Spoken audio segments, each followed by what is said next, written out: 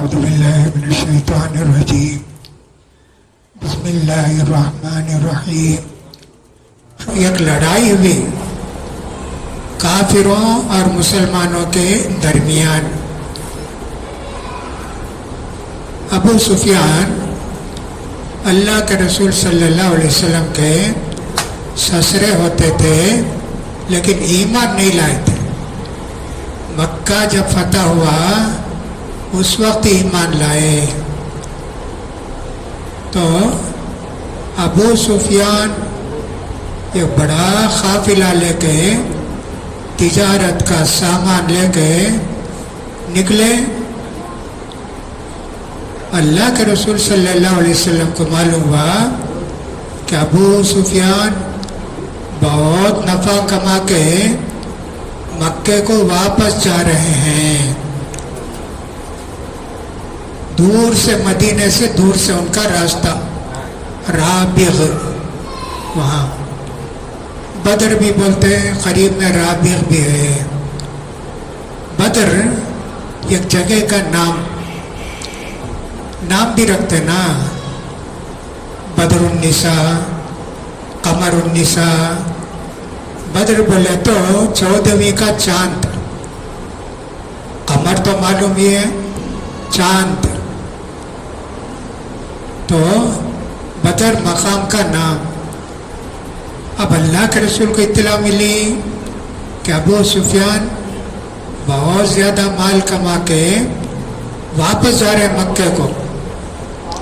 اللہ کے رسول صلی اللہ علیہ وسلم صحابہ سے بولے، دیکھو جی، ابو سفیان تجارت میں نفع کما کے مکے کو جا رہے ہیں۔ ہم لوگوں کا پورا مال چھین لیا نا مکے میں، ہم کو تو کیا بھی اٹھا کر اللہ نے دیا نہیں، ہمارا گھر بھی چھین لیے، ساری چیزیں چھین لیے۔ اب ہم کو موقع ہے فوراً جا کے ان کے پاس سے چھین لیں۔